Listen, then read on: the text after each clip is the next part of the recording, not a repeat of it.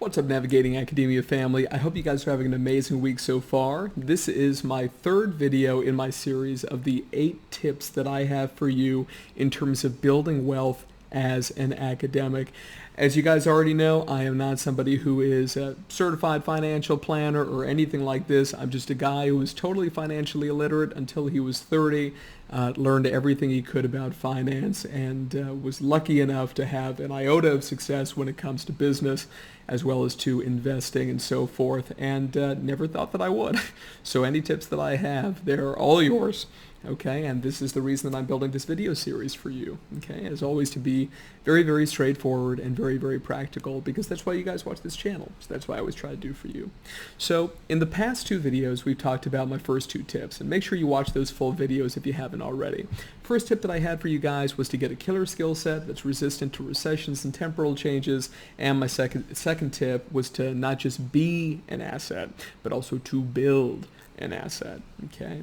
And number 3, which is what we're going to be talking about today, is developing, I hate the term mindset, but developing a character, shall we say, right, which is naive, which is humble, and that is unflinchingly confident. There is a fundamental difference, guys, between being confident and being arrogant. Being arrogant means that you place yourself above others and you actually think that you are inherently at an intrinsic level. Your intrinsic value is higher than the intrinsic value of other people. Okay? Being confident is more what I'm going to refer to as self-efficacy, your belief in your ability to do things. Okay? Now, obviously, you need a lot of resilience. I'm not a big believer in the construct of grit, just like I'm not a, huge believer in other psychological constructs that I actually believe are just proxies for other pre-discovered things, but they're just very sexy in terms of terms. But we can talk about that some other time if you guys want. I'm more than happy to give you guys my breakdown on that stuff. Same thing with like emotional intelligence or grit. I think that they're useful shorthands, very useful. And in that Hoyeristic sense, I'm like, God bless. But if we actually want to get to a super psychometric level, I got some issues. But again, that's super nerd Dr. Singh, right? So today we're talking about money, which is something that everybody cares about. I care about it. You should care about it too, right? Money does not make you happy, but at the same time, it certainly lubricates the proverbial wheels of life to be able to make sure that if you really need something for yourself, or just as importantly, your family, you can do it within reason, okay? So, let's start backwards, right? So because I'm already talking about confidence, right? Confidence and self-efficacy, right? Don't just be confident, be unflinchingly confident, unmovingly confident, right?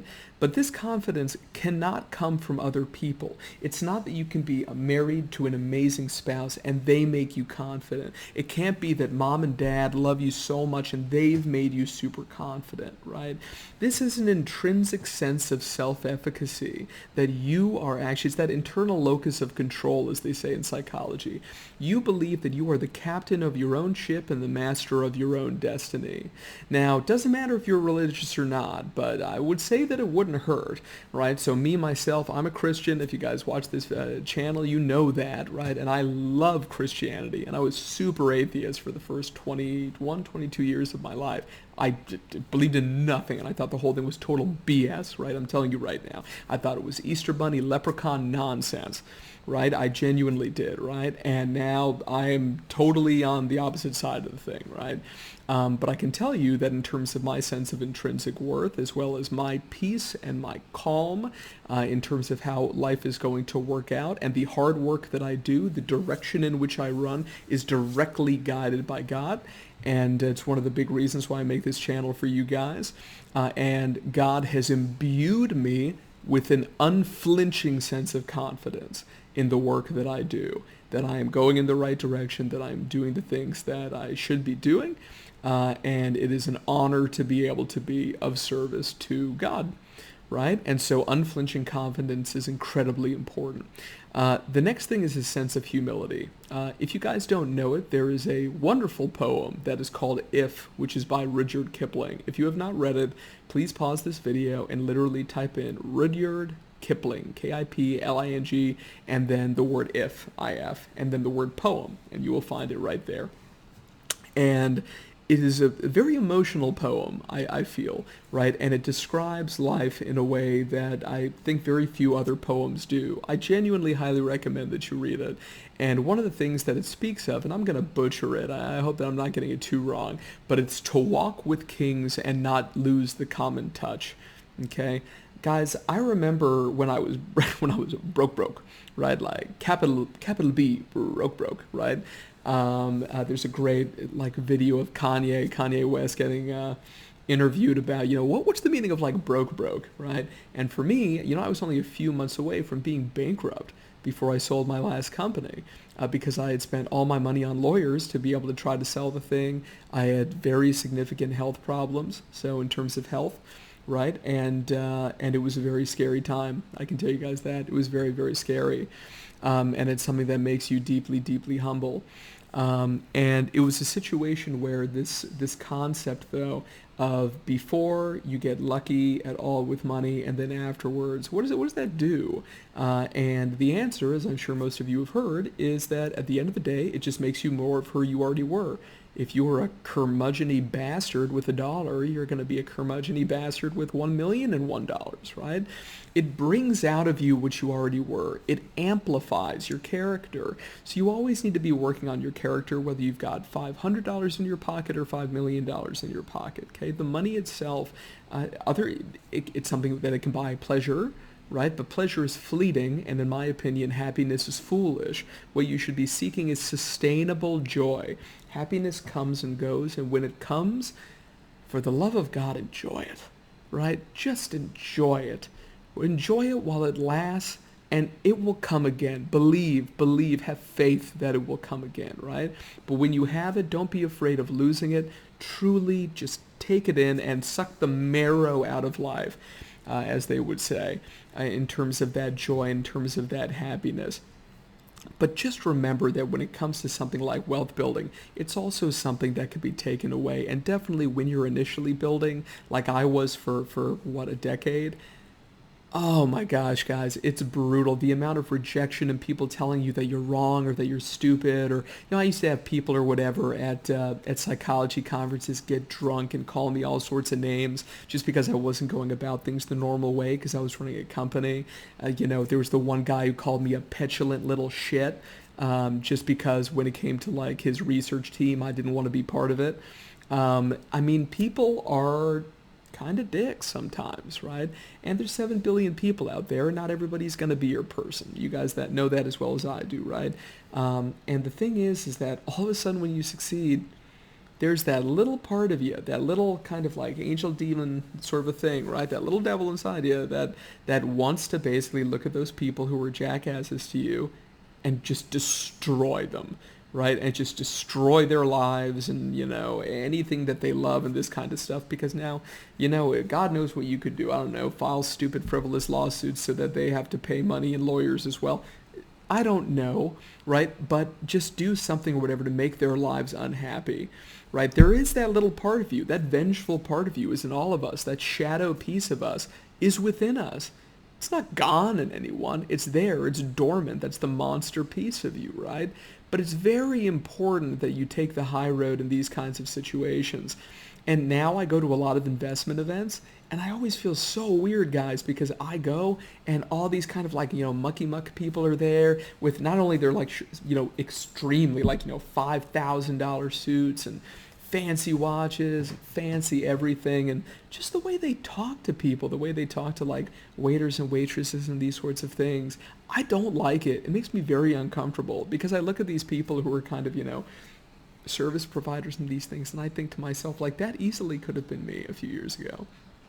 So it's very important that you identify those other individuals who are in similar circumstances, right, as lucky as yourself, where at the end of the day, they're going to be on your team. They're going to be happy for your successes. They're going to grieve for you when you have failures. They're not going to be opportunists or take advantage of you or only be friends with you when you're successful or because you're successful, right? People who really care about you for you or are going through similar struggles, and you can go through their struggles with them. But that sense of humility, that intrinsic value, between you and other people. Just like when we talked about arrogance, stays the same. That is incredibly important for you to always keep as a constant, understand? So that's number 2, is humility is key. Okay, and the last one, which ironically was the first one that I mentioned for this rule, right, is naivete, right? Being naive is critical, especially if you want to be an entrepreneur. Most people don't want to be an entrepreneur. They want to be a wantrepreneur. They want to talk about it. Oh, what do? I started a candle business. Okay, you better get used to the warmth from candles when you can't pay your electricity bill because you didn't think about this business model enough, right? No, this, guys, is something where most people get into business because they like the concept of it. They like the idea of being their own boss. They like the idea of having a flexible work schedule. They like the idea of the possibility, remote though it may be, of actually making some money. But the overwhelming preponderance of entrepreneurs fail. Overwhelming, right? There's nothing wrong with that so long as you learn something from it. Most people end up actually getting a hit in their 4th or 5th business, statistically, right? And that 4th or 5th business means that you go through the whole cycle, and cycles can last up to 7 to 10 years. So, you can get successful or whatever and really do a great job and finally have success, but it could be in your 50s, 60s, or 70s. And that's something that you need to embrace and not be terrified of if you actually want to be an entrepreneur. And yes, an entrepreneur, if you listen to some people like Kevin O'Leary, who I became a fan of ironically after I sold my first company, he talks about how hard it is to date an entrepreneur, to marry an entrepreneur. It's a different life. I'm just telling you. It's a different life. If anybody is the partner of somebody who wants to be an entrepreneur, book a session with me and talk with me about it. I'm very happy to be very upfront and to support you as the partner of that individual, because it's a really tough life. It's almost like having a partner who goes to grad school for the rest of their lives, right? Until at least things kind of get going smoothly.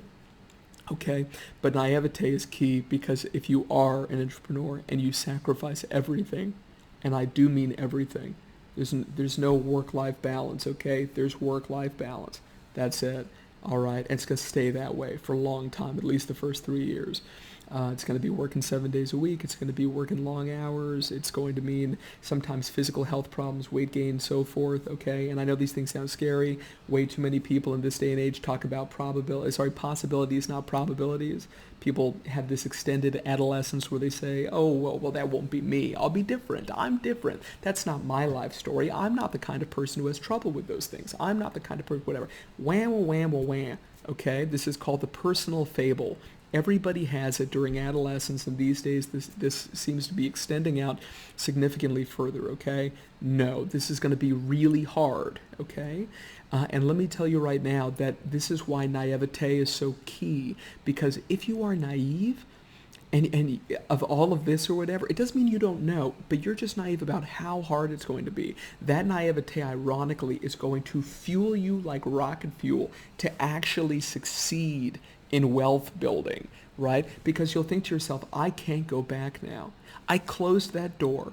I burned the ships, and now this is what I've got, and I got to make the most of it. Being naive is something that there will come a time or whatever where you get really, really scared, guys. You get scared because you think you made the biggest mistake of your life. I went from making over $100,000 overseas every single year in a very cushy job, where the work was hard, right? But it wasn't the hardest thing I've ever done, right? To all of a sudden doing something that I was a rank novice at, and I sucked at it to start, and I thought I was going to be way better, right? And it really humbled me, right? I had that unflinching confidence, but sometimes when you're really confident and life just keeps beating you down, guys, that can be really, really rough. And just know that I'm here to support you if you're going through anything like that, okay? But that naivete is very important, right? Naivete, unflinching confidence, and a deep, abiding sense of humility. That is the next thing that you need to be able to build wealth in academia.